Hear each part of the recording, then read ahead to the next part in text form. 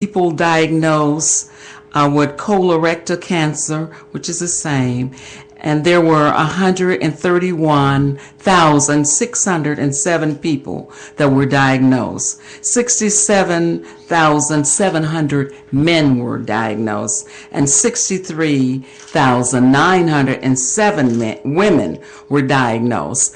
But in the United States, there was a study done, and out of that study, there were 50,000 African American men that had not been screened, and over 28,000 women. We would love to get that number down. We want to save people's lives.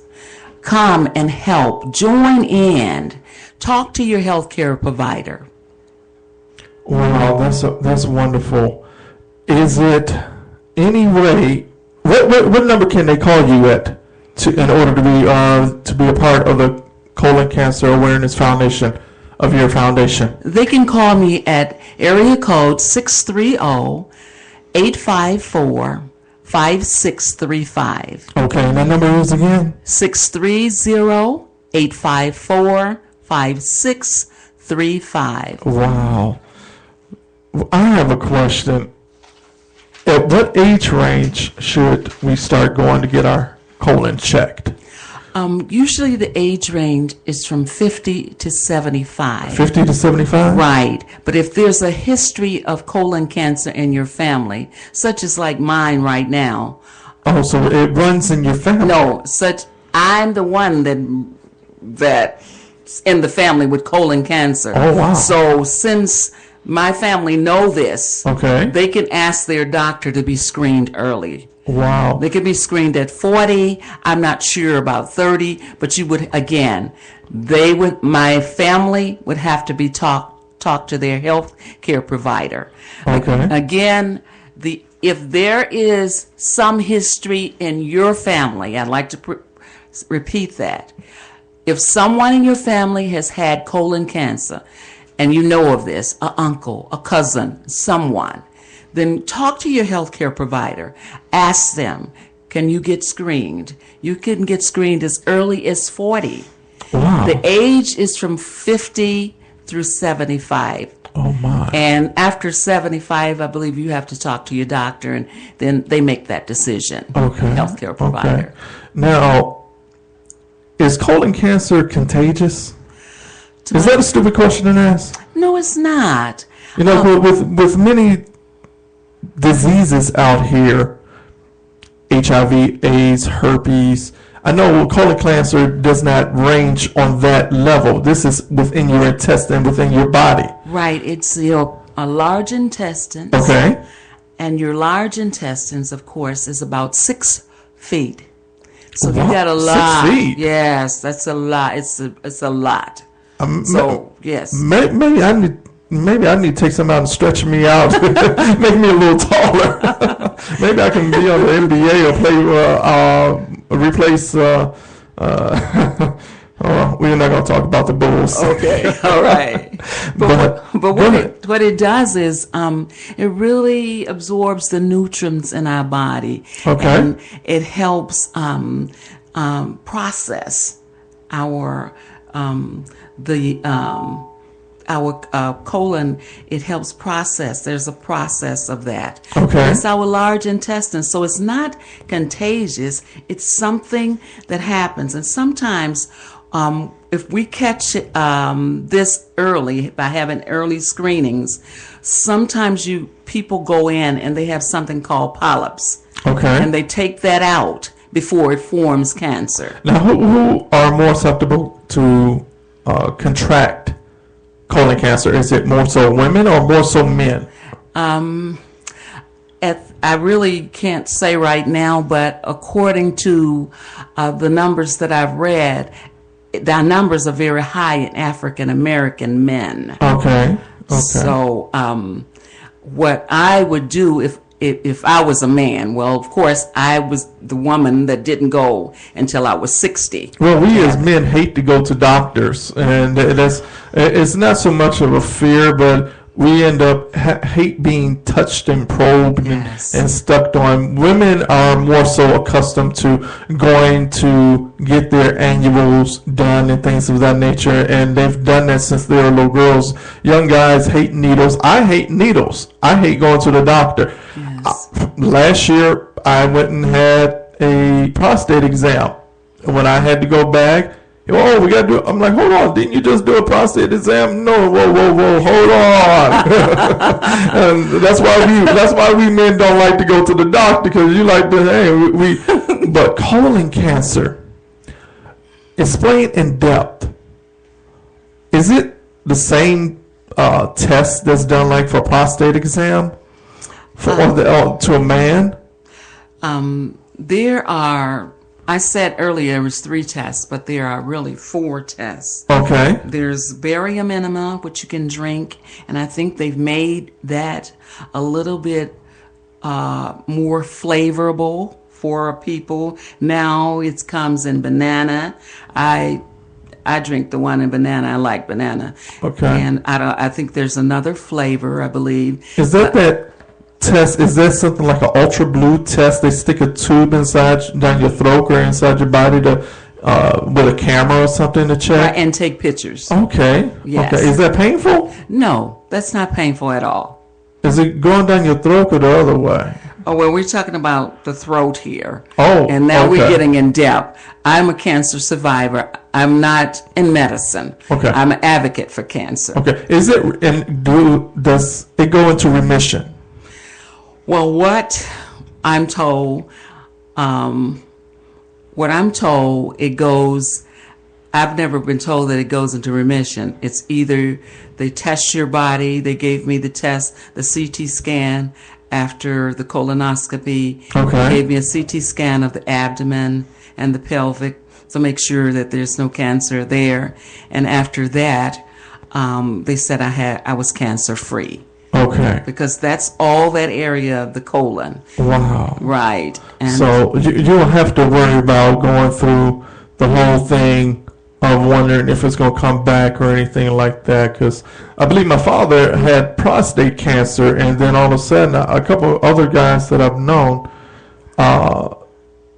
here at the radio station had colon cancer, and I think he said... No, colon cancer is different from prostate cancer. Yeah, one gentleman, my father had prostate, okay. And the gentleman who was here, he had to leave the radio station because he had colon cancer, but he's planning to come back because everything became okay. Everything is good. Yeah. Then all his tests is normal. Yeah. And the doctor says... I hate that he's not here today, but he's at home, with this weather and everything. Okay. But we want to know more in depth. What type of foods are you eating now, and you would recommend somebody who is going through colon cancer? I would recommend that you would not eat meat, red meat. No steaks? No Big steaks. Macs? No Big Macs. No White Castles? No processed meats. No. Oh, wow. No chicken and fish, vegetables. And I was told recently by my doctor, Dr. Cole, Yolanda Cole, that 50% of my diet now should be green. That means it should be green vegetables such as collard greens, turnip greens, these greens that we've had, all African Americans have had most of our lives. Okay. These type of green, cabbage, cauliflower. We go out here and go to Ultra Foods. I'm not plugging Ultra Foods, but I'm going to go to the grocery store. Oh, it looks like we have a caller that's calling in. Okay. Oh no, that's a telemarketer. That's a telemarketer. Okay. All right. So some of the foods I think we eat, and I'm guilty of that because at one time I ate a lot of meat. Okay. I could just eat meat every day. Now, what about now? You're speaking of greens. I'm speaking of greens. Okay. What about grains? Like grains is good. Grain. Wheat. Now, okay. What about wheat germ and These are things that I use. Okay. Yes. Okay. Yes, I use. Is that safe for your intestines? I mean, your system has been basically scraped out, cleaned out. This is true. Okay. Will it hurt my insides, or will it hurt someone's insides? I mean, you have nothing in there now. No, in fact, it's very healthy. Oh. That's very healthy. And in addition to that, exercise is great. Decrease your amount in alcohol. If you drink 2 glasses of wine a day, you might want to look at the amount of alcohol that's in the wine. Okay. We're going to cut that down to 1 glass of wine. But this is my recommendation. And I don't really like wine, though. To be honest, I don't like wine at all. Okay. But in my reading and studying, these are things that I've seen. And berries, blackberries, blueberries, strawberries, all that family. That's high in oxidant. And that's great for the system. So do you have a set schedule on your eating habit? No, I eat normal, just like everybody else. I go to the restaurant. I just choose my foods now. Okay. Before, I would go in and say, "Oh, I want a steak. I love steak." I can't say that I don't, and sometimes nice porterhouse, steak, huh? and wow. Just so now when you see a steak at Gibson's or Maxine's or Portillo's, that upsets you now. It doesn't upset me. Okay. It really doesn't. Do you tell people who order that when you go out to dinner not to eat that in front of you? No, I don't. I let them. They know, most of my friends and family, they know what I'm going to eat and what I'm not going to eat. Okay. Sometimes they'll say, "You're not going to have some of this? This is great. Why not have this Italian beef? I just love this." I have a sister in Minnesota. Wow. She loves Portillo's Italian beef. Well, I don't eat that anymore. But I don't say to her, "Don't eat it." I just say to her, "This is my belief. This is what is healthy, what I've studied and what I've read that is healthy for our bodies." Now, if people don't take this, even as a relative, a family member, if they don't take this advice, it's really up to you how you want to take care of your body. Wow. We're going to take a little short commercial break for a few seconds. Before we do that, let me ask you this question. As a cancer survivor,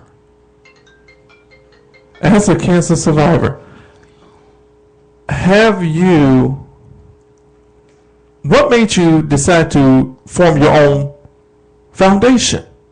Most of the times when people go through a cancer situation or heart condition situation, they automatically, some people go back and do what their old routine is.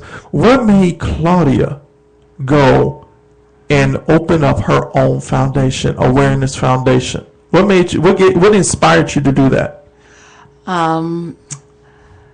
What inspired me to do that was really to get information out, to educate people on this disease, and especially after reading the numbers from CDC, this inspired me to go and be an advocate for people, to educate them, their families, and be a support group. At some point, one of our goals in the foundation is to be a support group to families. There are some families that do not have, there are some people that are cancer with this, are struck with this disease with no family members. And we would like to be able to do that, be a support to them, help them in any ways in any way we can. We want to, as a foundation group, I'll speak as a foundation, I really wanted to target African American people. Because for some reason or another, again, they do not get screened. A lot of African American people, especially men, do not get screened. 60 Minutes did an interview about a year ago, and they said it was like 3 million black people that hadn't been screened. 3 million. CBS. That's Wow. what they stated. Now, that's what they stated in their article, and it's online if you want to see it. Wow. Yes. Okay. Okay.